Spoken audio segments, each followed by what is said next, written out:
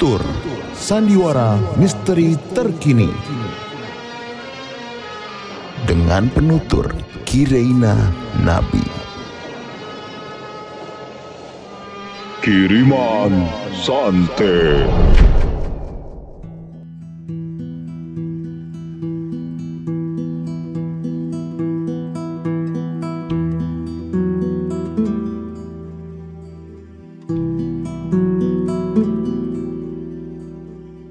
Halo, gue Kireina Nabi.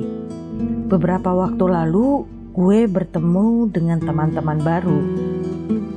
Mereka mendorong gue untuk berbagi cerita mengenai pengalaman-pengalaman gue. Katanya sih, supaya orang yang senasib dengan gue nggak merasa sendiri lagi. Kali ini gue mendapatkan cerita dari salah satu Semar People. Ini adalah kisah yang didapat dari Didi. Gue akan berperan sebagai Didi. Begini ceritanya.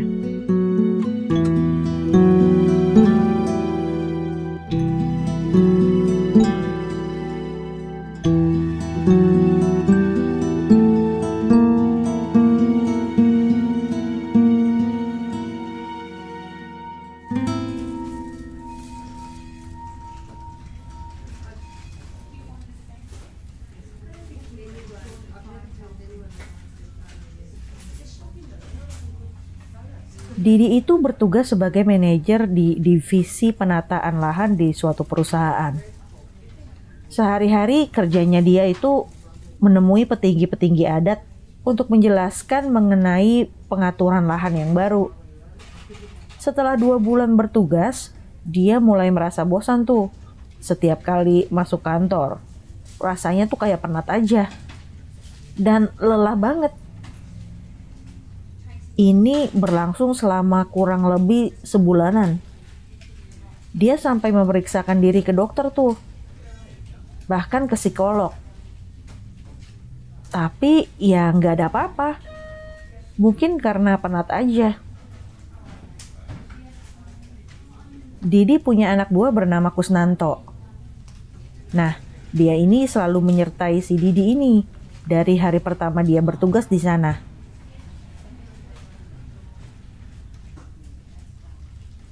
Sudah seminggu lebih, Kusnanto itu nggak masuk. Katanya sih dia izin sakit.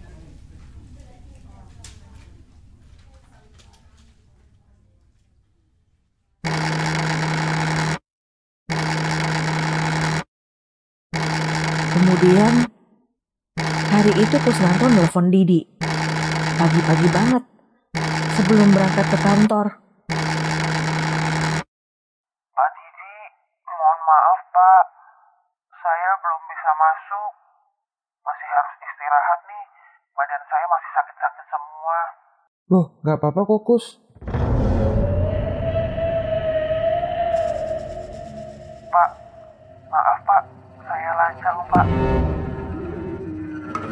Jadi tuh, saya diminta teman saya buat menyarankan Bapak agar hari ini coba masuknya dari pintu samping.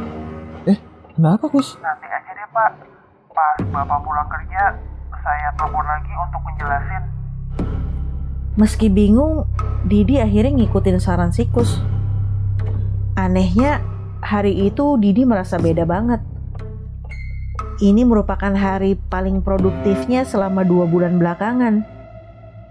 Didi sampai menyelesaikan pekerjaan yang udah tertunda selama seminggu lebih.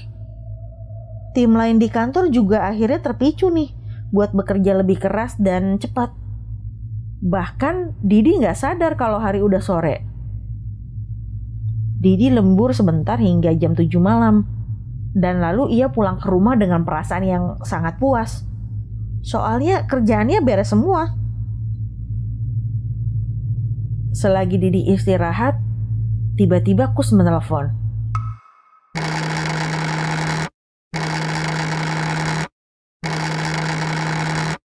Pak Didi, bagaimana Pak kantor hari ini? Halo, Kus. Aduh, tenang-tenang aja deh, Kus. Semua laporan udah selesai nih hari ini. Jadi kamu bisa istirahat dengan tenang nih. Udah kamu pokoknya pulihin badan kamu dulu deh. Kalau udah sehat masuk lagi. Terima kasih banget Pak atas pengertiannya. Tapi ini kayaknya kita harus lebih waspada deh Pak. Hah? Gimana?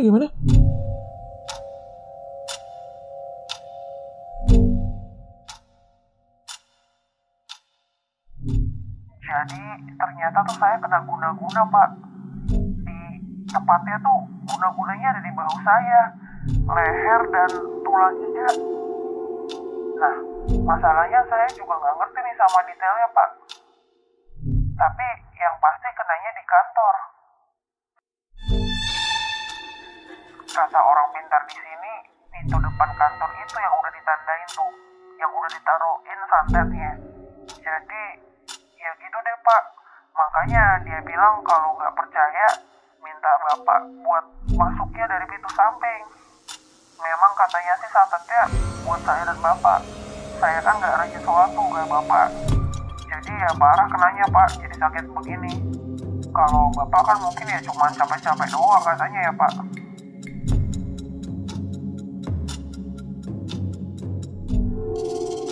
Didi terdiam.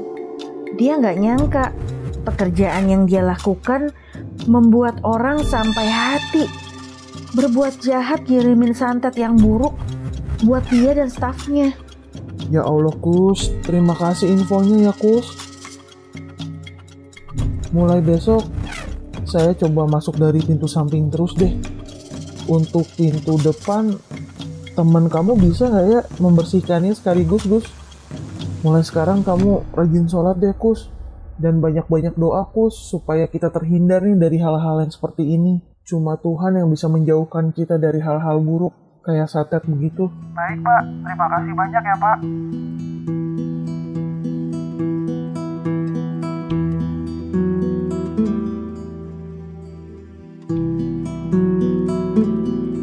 Hingga saat ini Didi nggak tahu siapa yang mengirimkan santet itu ke tim kantornya.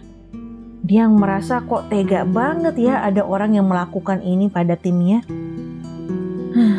Untungnya gak ada sesuatu hal yang buruk terjadi pada teman-temannya dan juga Didi.